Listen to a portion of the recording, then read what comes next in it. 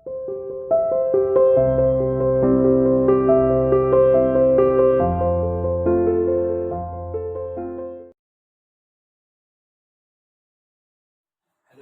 And welcome to mathematics online class. अभी हम chapter number 6 पढ़ रहे हैं, chapter number 7 permutations and combinations, in which I have already discussed about the permutation. Okay, but जो factorial notation थी वो मैंने आपको बता दी थी कि किस तरह से इसको रिप्रेजेंट किया जाता है and how it is solve, right. And some of the questions I have already discussed with you, and today I'm going to discuss more questions so that you will be able to understand the topic more easily. Okay, तो मैं कुछ questions आज करवाने वाला हूँ आपको, तो हम स्टार्ट करते हैं क्या क्या क्वेश्चंस है। ठीक है, बेसिकली फैक्टोरियल नोटेशन से ही है और इसमें एक परम्यूटेशन का बहुत इंपॉर्टेंट फार्मूला है NPR। ठीक है, प्रूफ उसका नहीं आता है तो इसलिए वो मैं डिस्कस भी नहीं करने वाला हूँ, बस I will tell you the formula and then we will solve the question. Okay, permutations की डेफिनेशन ऑलरेडी डिस्कस कर चुका हूँ मैं आपके साथ में। So, some of the questions. First question, but first हाँ ठीक है, तो ये क्वेश्चन है 10P3 is equal to 9P3 plus thrice 9P2। Okay, अब ये क्वेश्चन क्या है पहले तो हम ये देख लेते हैं। इसमें हमें प्रूव करना है, ये प्रूव करना है तो मैंने यहाँ लिख दिया है prove that, prove this result. Okay, अब सबसे पहले जो फॉर्मूला है वो लिख रहा हूँ मैं यहाँ पे। We know that the formula of NPR is given by n factorial over the difference of n minus r factorial. ठीक है, इन दोनों का डिफरेंस होगा डिनोमिनेटर में एंड जो n होगा वो होता है न्यूमरेटर में।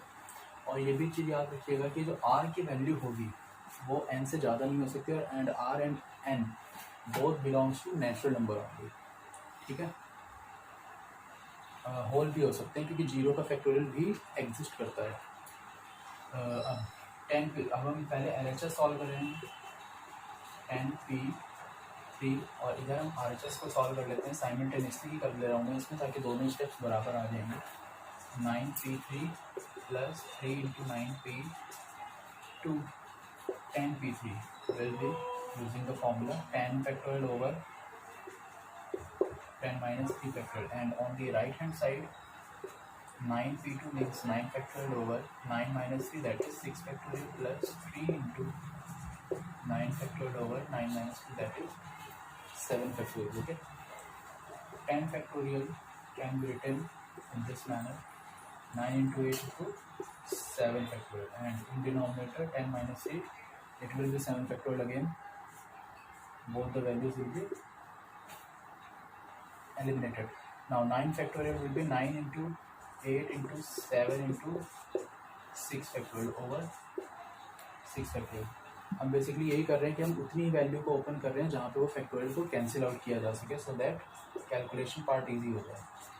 9 factorial means 9 into 8 into 7 factorial over 7 factorial।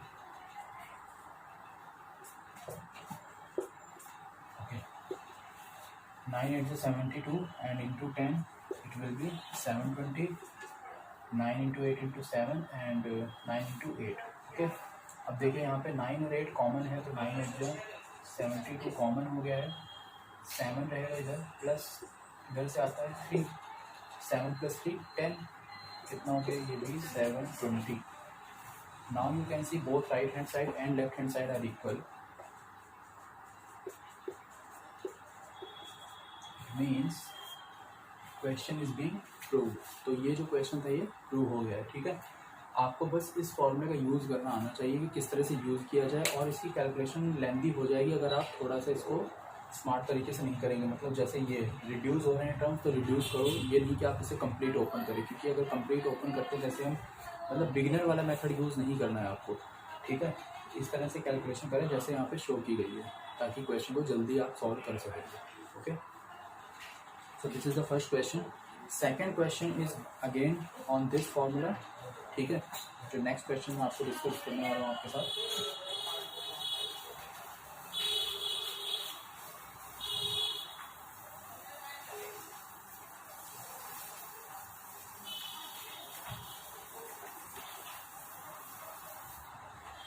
देखिए नेक्स्ट क्वेश्चन क्या है. नेक्स्ट क्वेश्चन में बेसिकली फाइंड करनी है n की वैल्यू. Find n. ये 2n minus 1 pn ratio 2n plus 1 over pn minus 1 is equal to 22 ratio 7. Question clear हो ही गया है. क्या करना है बेसिकली, ये वैल्यू गिवन है और हमें n की वैल्यू फाइंड आउट करनी है. सॉल्व करते हैं इसे. 2n minus 1 means 2n minus 1 factorial over difference of these two numbers 2n minus 1 minus n means n minus 1 factorial. और क्योंकि हम ये डिवाइड करने वाले हैं तो डिवाइड ही लिख देते हैं अभी.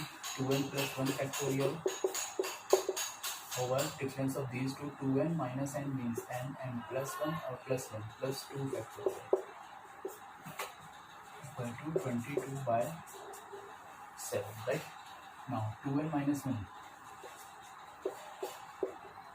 upon n minus 1 factorial into n plus 2. तो मैं इसको ओपन भी कर रहा हूँ. n plus 2 को n plus 2 n plus 1 n और n minus 1 factorial. अब ये क्लियरली समझ में आ रहा है कि क्यों ऐसा किया गया है, ताकि इससे इस टर्म को रिड्यूस किया जा सके. तो हम इसको रिड्यूस भी कर देते हैं. ऐसे ही 2n plus 1 को भी ओपन कर देंगे. 2n plus 1 फिर 2n और देन 2n minus 1 factorial. ये टर्म भी रिड्यूस हो गया है. 22 by 7. नाउ इनको अब हमें क्या करना पड़ेगा, प्रोडक्ट करना पड़ेगा. तो आप देखो 2n और n कैंसिल आउट हो रहा है. ठीक है, ये कैंसिल आउट कर दिया है. हालांकि इससे हमें ये भी पता लगा कि n की वैल्यू एक जीरो भी पॉसिबल है यहाँ से. ठीक है, बट जीरो यहाँ पे यूज़ नहीं कर सकते हम, क्योंकि अगर जीरो की n की वैल्यू जीरो होगी तो ये माइनस में आ जाएगा नंबर. मैंने पहले ही बताया था कि ये होल नंबर हो सकते हैं बट नेगेटिव नंबर्स पॉसिबल नहीं है. n plus 2 और n plus 1 रह गए यहाँ पर, और in the denominator it is 2n plus 1 only and 22 by 7. अब आप देख सकते हैं क्वाड्रेटिक इक्वेशन फॉर्म होने वाली है. ठीक है, हालांकि इसको मैं एक तरीके और से भी कर सकता हूँ. 2n plus 1 को कंपेयर कर दूँ 7 के ही पर और इन दोनों का प्रोडक्ट 22 के पर, बट उस केस में केवल एक ही वैल्यू हमें मिलेगी. जबकि हमें यहाँ से दिख रहा है कि n की वैल्यू मतलब क्वाड्रेटिक इक्वेशन आ रही, so there will be 2 possibilities. अब हमें दोनों को ही सॉल्व करना है. तो पहले मल्टीप्लाई कर लेते हैं इसको. n स्क्वायर प्लस 2n और n3n plus 2 over 2n plus 1 is equal to 22 by 7. Cross multiply करना है.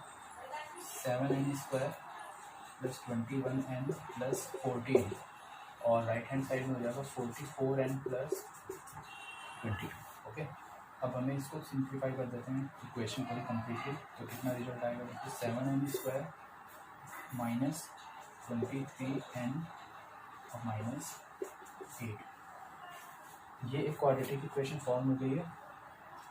7 8 56. अब हमें फैक्टराइज करना है. फैक्टराइज आप कर ही सकते हैं इसके आगे की कैलकुलेशन के लिए. तो यहाँ 23 है और 7 और 8 जी कितना आ जाएगा 56.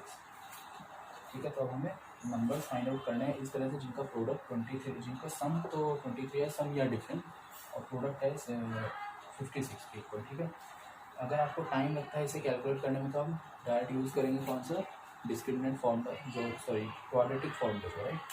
तो हम n की वैल्यू फाइंड करते हैं minus b means 23 plus minus under root B square.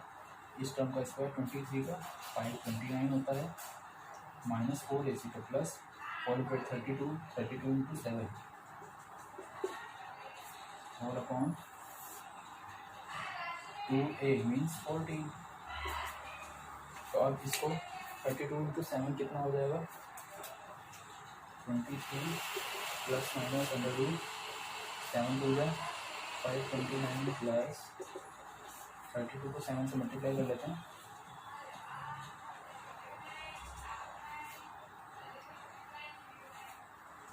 224 whole upon 40.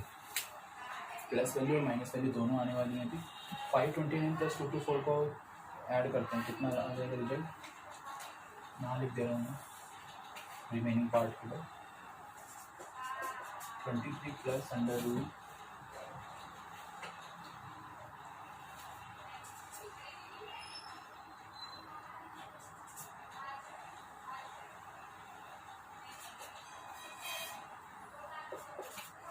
अब इस वैल्यू को हमें बस केवल सॉल्व करना है और आपको दो वैल्यूज मिल जाएंगी, ठीक है। 753 चेक कीजिएगा किसी का स्क्वायर होगा क्या ये।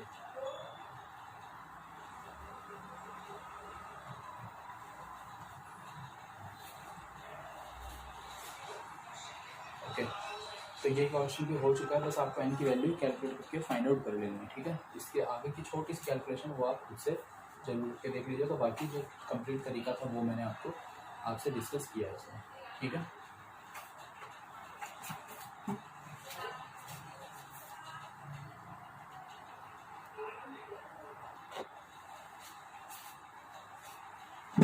हाँ, एक्चुअली यहाँ पे एक मिस्टेक हो गई थी।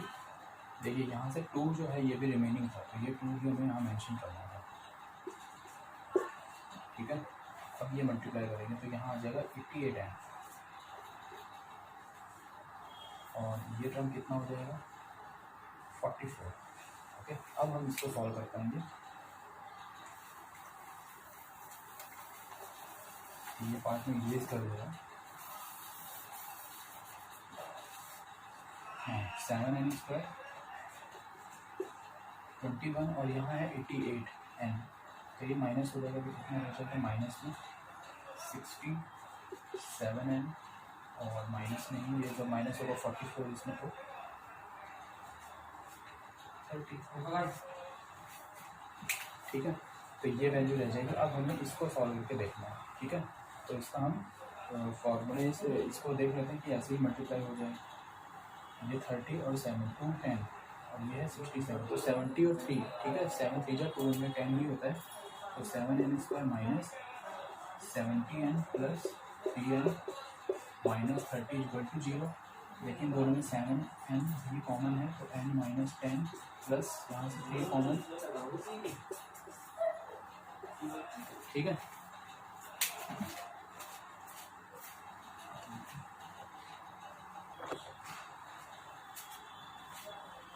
ठीक है, अब इसको सॉल्व कर लेते हैं। तो यहाँ से n की वैल्यू देखिए क्या आ जाएगी, n माइनस 10, और दूसरा फैक्टर है n 7n प्लस 3।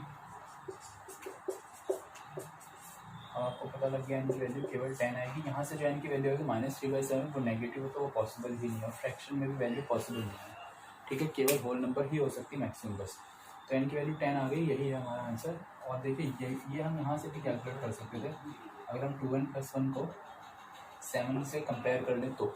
लेकिन ये तरीका हर बार ज़रूरी नहीं है एप्लीकेबल। हाँ, अगर ऑब्जेक्टिव क्वेश्चन है तो अब आप ट्राई कर सकते हैं सब्स्टिट्यूशन मेथड, मतलब जो ऑब्जेक्टिव क्वेश्चन में एग्जांपल्स दिए होंगे आपको, सॉरी एग्जांपल कह रहा हूँ, जो ऑप्शंस दिए होंगे उसी में से वैल्यू पुट करके चेक की जा सकती है, राइट। लेकिन इसमें ये चीज़ ज़रूरी नहीं है, ठीक है। तो ये क्वेश्चन भी हो गया है सॉल्व। इसी तरह के और क्वेश्चन है, तो मैं ज़्यादा नहीं करवा रहा हूँ क्योंकि आप खुद से प्रैक्टिस करके देखिएगा, ठीक। तो ये एक्सरसाइज जो थी उसी के क्वेश्चन है, थर्ड एक्सरसाइज के बेसिकली। हम नेक्स्ट वीडियो में जो सीखेंगे वो होगा परम्यूटेशन वाला टॉपिक, परम्यूटेशंस, ओके। और साथ ही आपको ऑलरेडी बता भी दिया गया कि आपके पीरियोडिक टेस्ट फर्स्ट होने हैं, तो उसके लिए भी आप रिवीजन जरूर करते रहें। जो प्रीवियस वीडियोज डिस्कस हो चुके सिलेबस मैंने पहले बता दिया है, तो वो प्रिपेयर जरूर करें। Okay, thank you.